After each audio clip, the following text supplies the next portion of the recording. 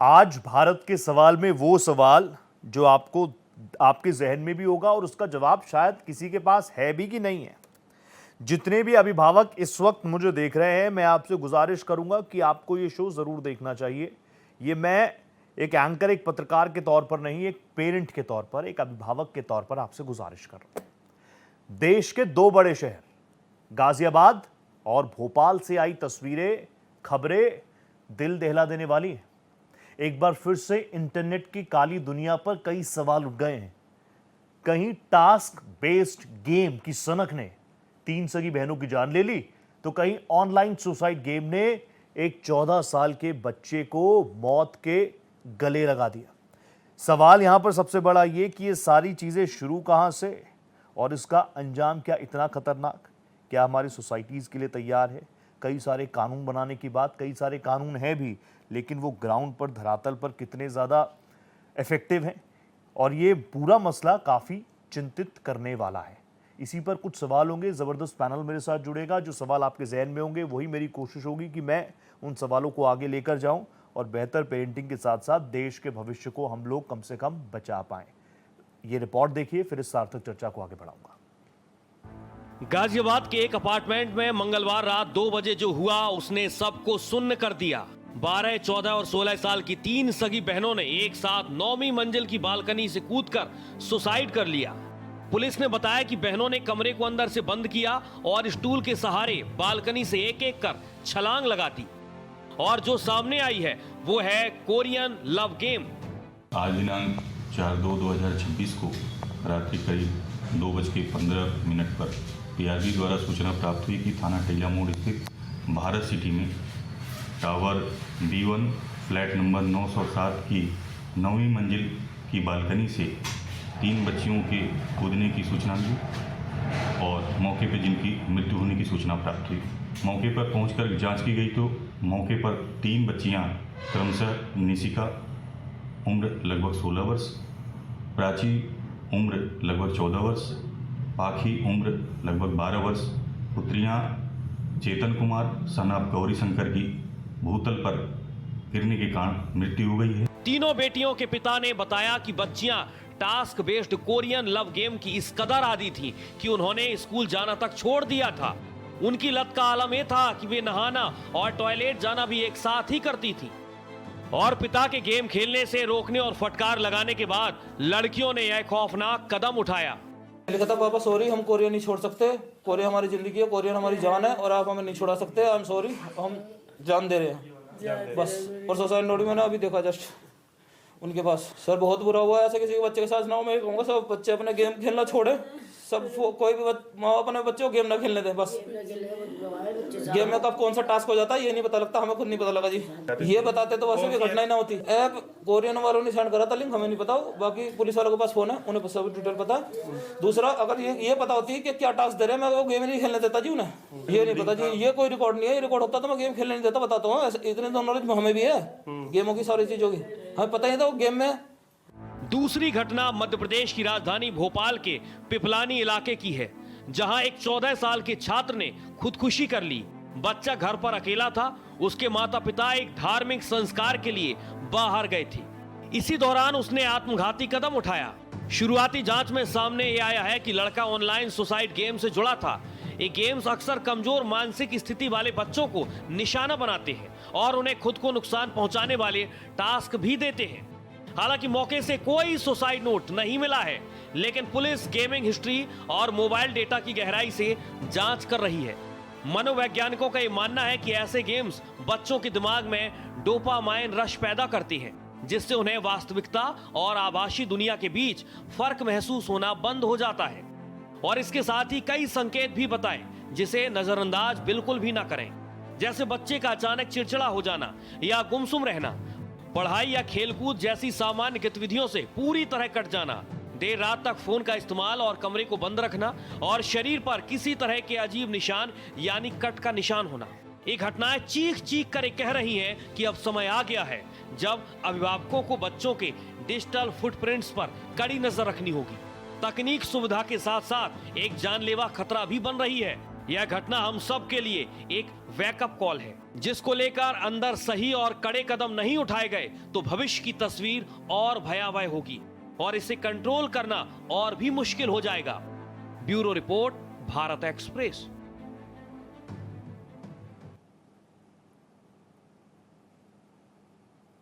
ये चीजें चिंताजनक है और मैं कह रहा हूं this is the alarming call. जितनी जल्दी समझ जाएं, रिसीव कर ले, बेहतर होगा नौनिहालों के लिए।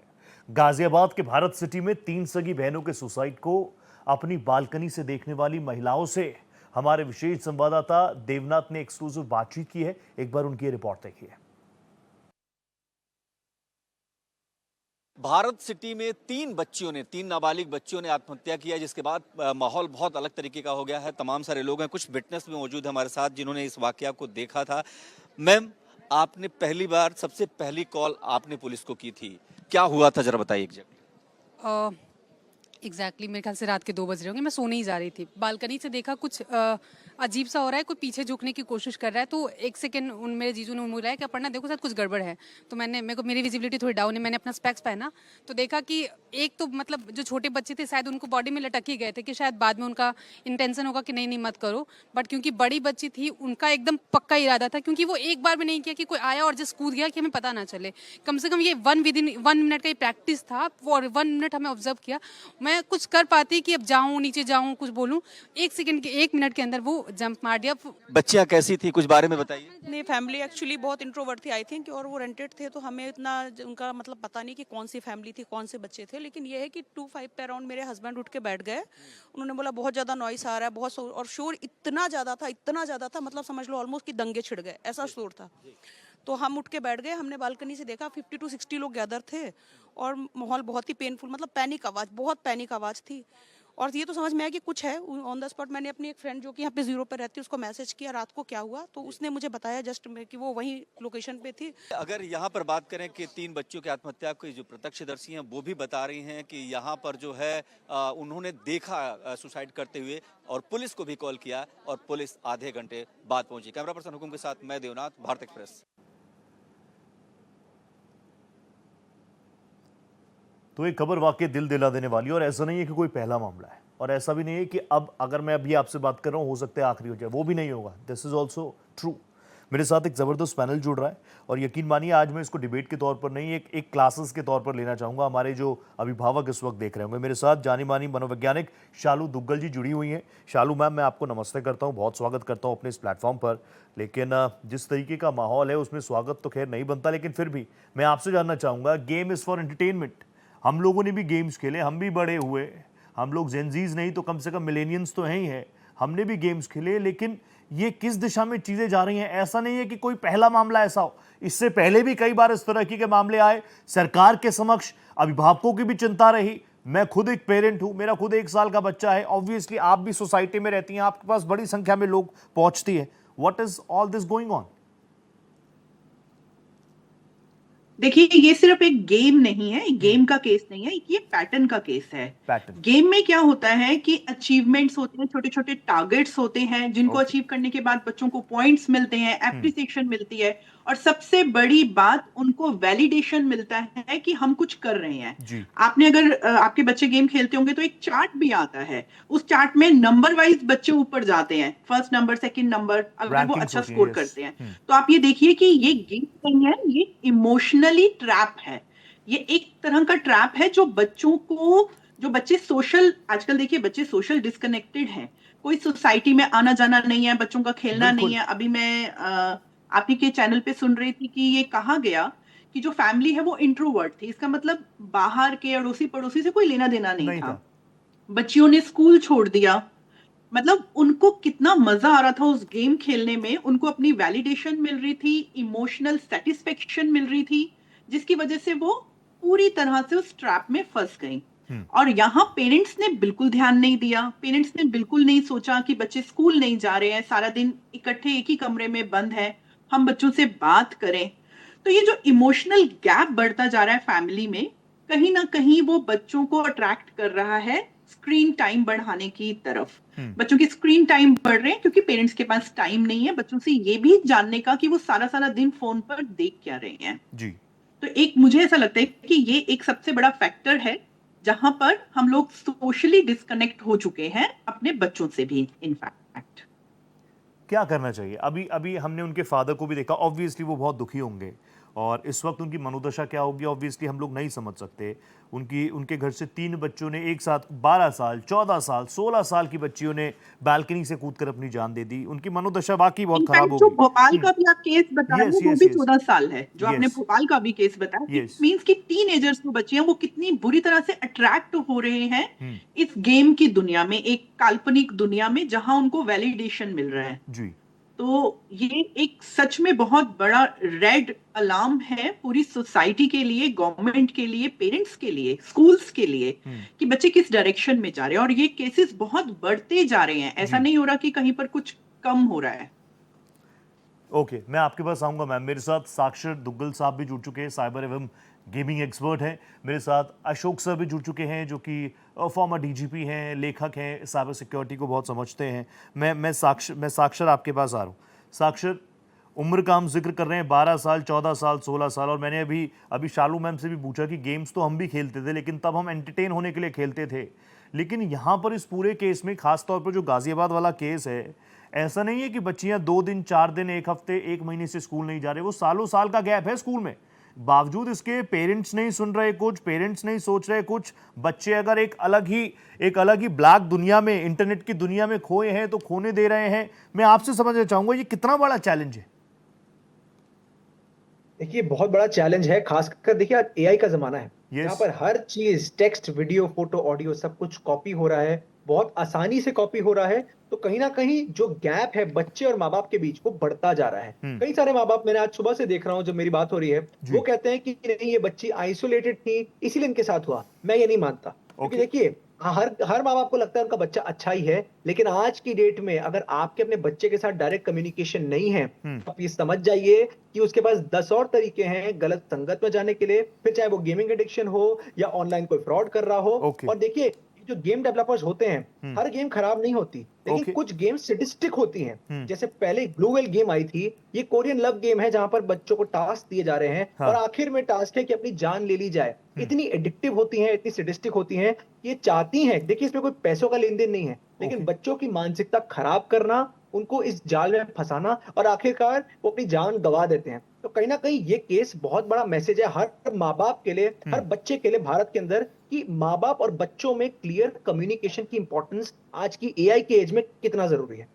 ओके, अशोक सर मैं आपके पास आ गया। अशोक सर मैं आपसे जानना चाहूंगा कि हम साइबर फ्रॉड को लेकर तो बहुत खुलकर बात रखते हैं, हम भी रखते हैं, आप भी बहुत खुलकर बात रखते हैं, लेकिन ये जो गेमिंग है, ये जो गेमिंग एडिक्शन है, इसको लेकर आपको लग रहा है कि सही दिशा में अवेयरनेस को लेकर हम लोग कदम बढ़ा रहे हैं या कदम बढ़ाना शुरू भी किया है?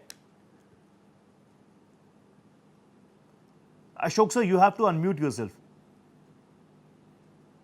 हाँ जी, So, कदम perfect. बढ़ाना देखिए जितना चाहिए उतना शुरू नहीं हुआ है। इसके लिए बहुत बड़े अवेयरनेस कैंपेन की जरूरत जी। है। हमारी दुनिया आजकल पूरी आभासी यानी वर्चुअल वर्ल्ड हो चुका है। Yes. रियल लाइफ से दूर होते जा रहे हैं, फैमिली से दूर।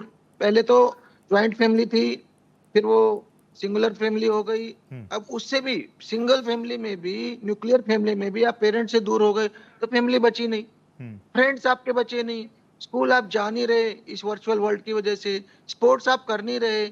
तो ये जो सारा इतना बड़ा चेंज आया है, इसको चेंज को रोकने की जरूरत है जी। और जब तक हम इसको नहीं रोकेंगे, मेरे ख्याल से तो मुझे ऐसा लगता है वो जमाना आ गया, कई देशों ने ऑलरेडी अडॉप्ट कर लिया है कि स्कूल तक बच्चे को यानी 12वीं क्लास तक उसको मोबाइल देना ही नहीं है। That is the real way, क्योंकि बच्चा रियल लाइफ तो सीख ही नहीं रहा है, सारा वर्चुअल में जी रहा है जी।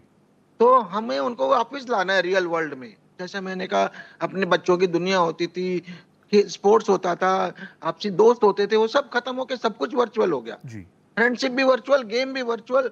तो ये बहुत ही ट्रेजिक है, बहुत ही दुखद है और इसके ऊपर हमें एक्चुअल में बड़े बड़े स्टेप्स उठाने की, सोचने की जरूरत है।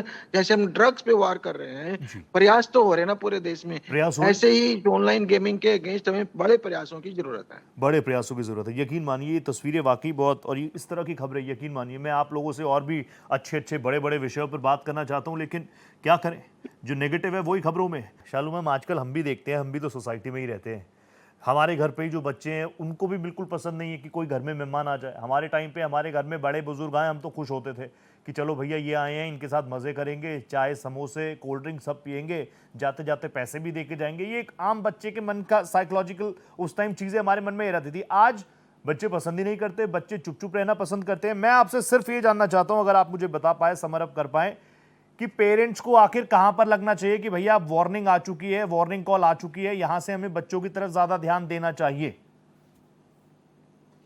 एक सिंपल इसमें चीज है, पेरेंट्स को सिर्फ इतना ध्यान देना चाहिए कि अगर आप बच्चों से कोई सवाल करते हैं और बच्चे उसको बहुत शॉर्ट में यस नो मे बी में जवाब देते हैं, तो बहुत जरूरत है बच्चों के साथ बैठने की। अगर पेरेंट्स के साथ ही बच्चे बात नहीं कर रहे हैं तो आप कैसे सोच पाएंगे कि रिलेटिव्स के साथ या बाहर कहीं सोशल गैदरिंग में वो बात करें। एक सोशल फोबिया आजकल बच्चों में बहुत ज्यादा हम लोग देख रहे हैं, और हम स्टडी में भी हमारे है ये जी। कि बच्चे फेस ही नहीं करना चाहते। उनके 2-3 फ्रेंड्स हैं और वो भी ऑनलाइन गेमिंग के टाइम पर या स्क्रीन टाइम पर या व्हाट्सएप ग्रुप में ही हैं। बाहर खेलना बंद हो गए हैं, लोगों से मिलना बंद हो गए हैं। तो यहाँ पेरेंट्स को शुरू करना पड़ेगा, उनके साथ वॉक करनी, उनसे बात करनी, उनको बोलने की आदत करनी। पीछे मेरे पास एक केस आया था जिसमें बच्चे को लिखने में दिक्कत थी, क्योंकि उसको टाइप करने में तो वो बहुत ज्यादा स्मार्ट था, लेकिन उसको एक पेपर लिखने के लिए अगर बोल दिया गया तो वो बिल्कुल नहीं लिख पाया। तो आप ये देखिए कि हम कितना पीछे चले गए हैं कि बच्चे लिख नहीं पा रहे हैं। तो बात करना तो बहुत बहुत ही ज्यादा इंपॉर्टेंट है इस चीज को लेकर। पेरेंट्स को खुद से शुरू करना पड़ेगा, बच्चों से बात करनी पड़ेगी, सवाल करने पड़ेंगे। एक चीज और मैं बोलना चाहूंगी शॉर्ट में, हम लोग फोन पे कंट्रोल करने की कोशिश करते हैं। पेरेंट्स जो है वो चाहते हैं कि बच्चे के फोन पे हम कंट्रोल कर लें। अरे फोन आप ही ने तो दिया उसको, बच्चे को छोटे से में फोन आपने दिया ताकि आप अपना कंफर्ट जोन ले सके, कि बच्चा फोन में बिजी है और आप अपने दूसरे काम कर सके। तो आपको यू टर्न लेना पड़ेगा, अपने कामों को साइड पे रख के बच्चे को ध्यान देना पड़ेगा। प्रायोरिटी फिक्स तो करनी वो आपसे पड़ेगी कि दोबारा काम कनेक्ट करना है, करेगा। नौकरी करनी है, अपना स्क्रीन टाइम ज्यादा देखना है कि अपने बच्चों को बचाना है। नौनिहाल, आपने रियलिटी चेक दे दिया है सोसाइटी को। मैम, आपने रियलिटी चेक दे दिया है। साक्षर, मैं आपके पास आ गया। साक्षर, प्लीज आप मुझे बता दीजिए, एक अभिभावक होने के नाते मेरे ज्यादा सवाल होंगे कि साइबर सेफ्टी चेक आम अभिभावकों के लिए क्या होने चाहिए? देखिए, बहुत सरल से इसके जवाब हैं। 2-3 चीजें जो हर माँ बाप को अपने घर में जरूर करनी चाहिए। पहला तो देखिए, मैंने कहा क्लियर कम्युनिकेशन। दूसरा सबसे इंपॉर्टेंट है, ये बहुत माँ बाप पूछते हैं कि मैं क्या अपने बच्चे के उसमें कोई ट्रैकर लगा लूं, मैं कुछ कर लूं जिससे मेरे को पता लगता रहे कि मेरा बच्चा कहाँ जा रहा है, कैसे कर रहा है। मैंने जितने भी अब तक केसेस देखे हैं, जब बच्चे को पता लगता है कि मेरे पे ट्रैकर लगाया गया है, कुछ ऐसा पता लगता है, तो बच्चा जरूर ये कोशिश करता है कि मैं अब आपको मजा चखाऊंगा, आपकी हिम्मत कैसे हुई, आपको मेरे पे भरोसा नहीं है क्या। तो ट्रस्ट फैक्टर माँ बाप को समझना बहुत जरूरी है। और तीसरा सबसे महत्वपूर्ण, आजकल के जमाने में हर महीने, तो महीने ज्यादा बोल रहा हूँ, हर हफ्ते नए नए साइबर क्राइम केसेस आ रहे हैं। कभी बच्चों को अटैक करते हैं, कभी बड़ों को अटैक करते हैं। एक माँ बाप के होने तौर पर आपको बेसिक जानकारी होनी चाहिए कि समाज में आजकल क्या चल रहा है, कौन से ऐसे साइबर क्राइम है जो मेरे बच्चे पे इंपैक्ट कर सकते हैं। चाहे वो गेमिंग एडिक्शन हो, चाहे वो डीप फेक फ्रॉड हो, चाहे वो वॉइस क्लोनिंग फ्रॉड हो। अलग अलग चीजें बदलती जा रही हैं। अगर आप अपडेटेड हैं और वही कॉन्फिडेंस आप अपने बच्चों में दिला पाएंगे, उनको जागरूक कर पाएंगे, तो कहीं ना कहीं बच्चे भी सुलझे रहेंगे और आपको भी तसल्ली रहेगी कि आपके और बच्चे के बीच एक ट्रस्ट का बॉन्ड। इंपॉर्टेंट पॉइंट है। थैंक यू सो मच साक्षर, आप जुड़े मेरे साथ। मैम शालू मैम, आप जुड़ी मेरे साथ, बहुत धन्यवाद आपका। लेकिन रियलिटी एक अभिभावक के तौर पे भी मेरे मन में यही आ रहा है कि ये बहस किसी को भी दोषी ठहराने की नहीं है, ना अभिभावकों को ना बच्चों को। लेकिन सबसे इंपॉर्टेंट पॉइंट है कि अगर बच्चा खामोश है, बच्चे की खामोशी को सुनना भी पड़ेगा, समझना भी पड़ेगा, तभी यहाँ से आगे हम बेहतर भविष्य, बेहतर सोसाइटी, बेहतर समाज बना पाएंगे। थैंक यू सो मच, आप लोग जुड़े मेरे साथ, बहुत बहुत धन्यवाद। भारत के सवाल में आज इतना ही, दीजिए इजाजत, नमस्कार।